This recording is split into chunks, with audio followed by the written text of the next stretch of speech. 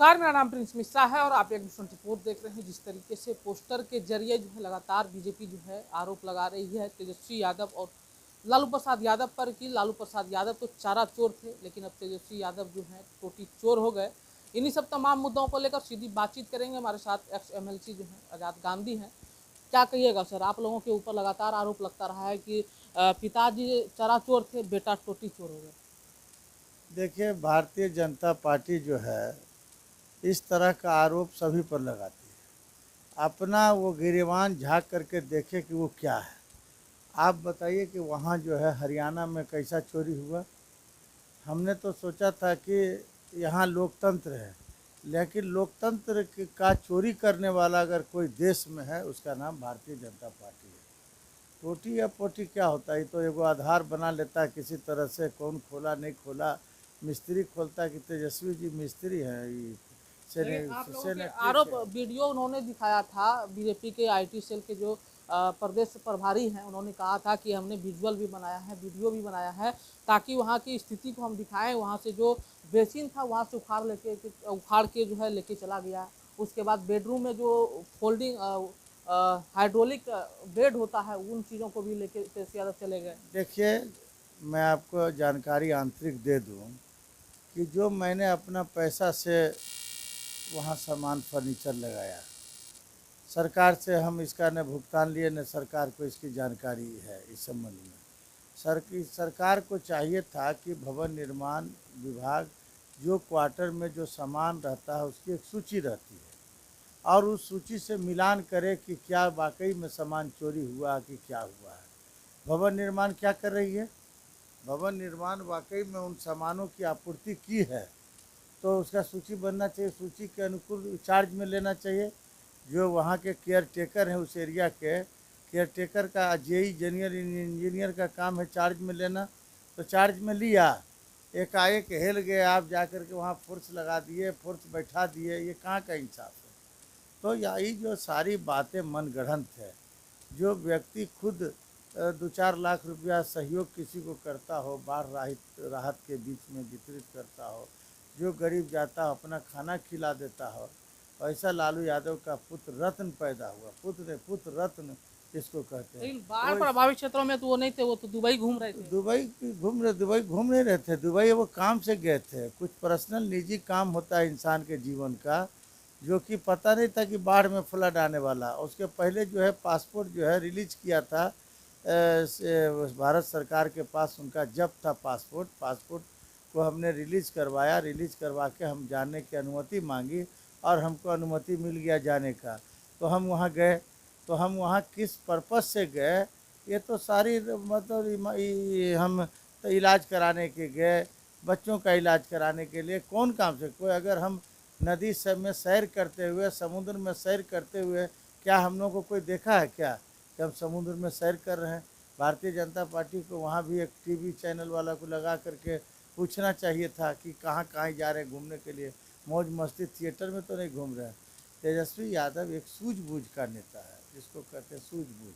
उसके पास एक इंसानियत है, उसके पास डेमोक्रेटिव की रक्षा करने का पावर है। लोकतंत्र का रक्षा कैसे हो, ये नहीं ईवीएम के सहारे वो चुनाव नहीं जीतना चाहते हैं, जनतंत्र के सहारे चुनाव जीतना चाहते हैं। आज देखिए कांग्रेस ने क्या क्या आरोप हरियाणा पर लगाया। एक लिखित चिट्ठी भी दिया हरियाणा के लोगों ने, बड़े बड़े नेताओं ने, कांग्रेस के नेताओं ने चुनाव आयोग को। चुनाव आयोग से एक डेलीगेट भी आज वो लोग मिलने वाले हैं। तो ये चुनाव आयोग जिस तरह से कठपुतली बन के बैठी हुई है। सर, आरोप ये लगता है जहां कांग्रेस जीतती है, जहां इंडी गठबंधन के सदस्य जीतते हैं, वहां पे ईवीएम खराब नहीं होता है।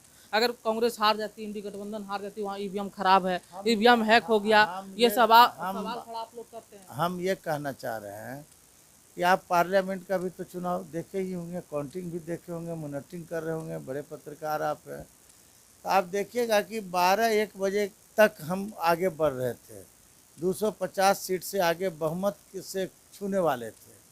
फिर हमारा जो है काउंटिंग को स्लो कर करके जो वेबसाइट पर डाला जाता है, जो चुनाव आयोग का जो वेबसाइट होता है, उस वेबसाइट पर डाला जाता है कि हम स्लो कर दिया जाता है, उसको धीरे धीरे डालो। कहीं न कहीं कारण अटका हुआ है। अगर ईवीएम बहुत अच्छा चीज़ रहता तब पूरे देश के लोग जो है इसी से चुनाव कराते। कई देशों ने ईवीएम को बंद कर दिया।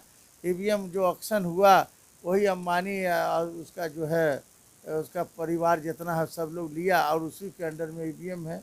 हैकिंग करने का भी पावर भी उसी के पास, सारा इंजीनियर है, रिपेयरिंग करने का उसके पास है। क्या इसमें दिक्कत है? अगर हम पूर्व की तरह अगर हम बैलेट पेपर हो या उससे आधुनिक टेक्नोलॉजी का चुनाव हो, उस बेसिस पर भारत सरकार करा ले, हम लोग तैयार है कराने के लिए। लेकिन जब ईवीएम से पूरी देश की जनता जो 80% जनता है वो पूरे देश की जनता इसको गलत मान रही है कि नहीं, कहीं न कहीं प्रॉब्लम है। हरियाणा में हम 12 बजे 1:30 बजे तक एकदम हाई लेवल पर जा रहे हैं, सरकार बनाने की स्थिति में आ गए।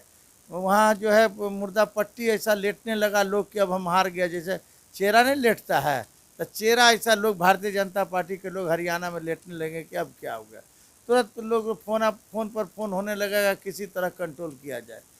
तब कहाँ से कंट्रोल हुआ, क्या हुआ, चूँकि मैंने आँख से नहीं देखा लेकिन विश्वस्त सूत्रों से जानकारी हम लोगों को जो मिल रहा है, तो कहीं न कहीं ये ईवीएम का खेल है और पदाधिकारियों से मिली भगत के बल पर ये तंत्र की जीत हुई है, लोकतंत्र की जीत नहीं हुई है। ये तो हमारे साथ आज़ाद गांधी जिस तरीके से लगातार जो है राजद के ऊपर आरोप लगता रहा है कि पिताजी उनके जो है चारा चोरी कर देते और जो है उनके जो सुपुत्र हैं तेजस्वी यादव वो जो है टोटी चोरी करने में लगे हैं। इनका साफ तौर पे कहना था जिस तरीके से भाजपा का एजेंडा ही रहा है लोगों को बदनाम करने का, लोगों की छवि को धूमिल करने का, ये सब जो है प्रोपगेंडा के तहत बीजेपी काम करती है, लेकिन ये सब सारा चीज़ तंत्र की जीत नहीं हुई है। ये तो हमारे साथ आज़ाद गांधी जिस तरीके से लगातार जो है राजद के ऊपर आरोप लगता रहा है कि पिताजी उनके जो है चारा चोरी कर देते और जो है उनके जो सुपुत्र हैं तेजस्वी यादव वो जो है टोटी चोरी करने में लगे हैं। इनका साफ तौर पे कहना था जिस तरीके से भाजपा का एजेंडा ही रहा है लोगों को बदनाम करने का, लोगों की छवि को धूमिल करने का, ये सब जो है प्रोपगेंडा के तहत बीजेपी काम करती है, लेकिन ये सब सारा चीज़ झूठ है।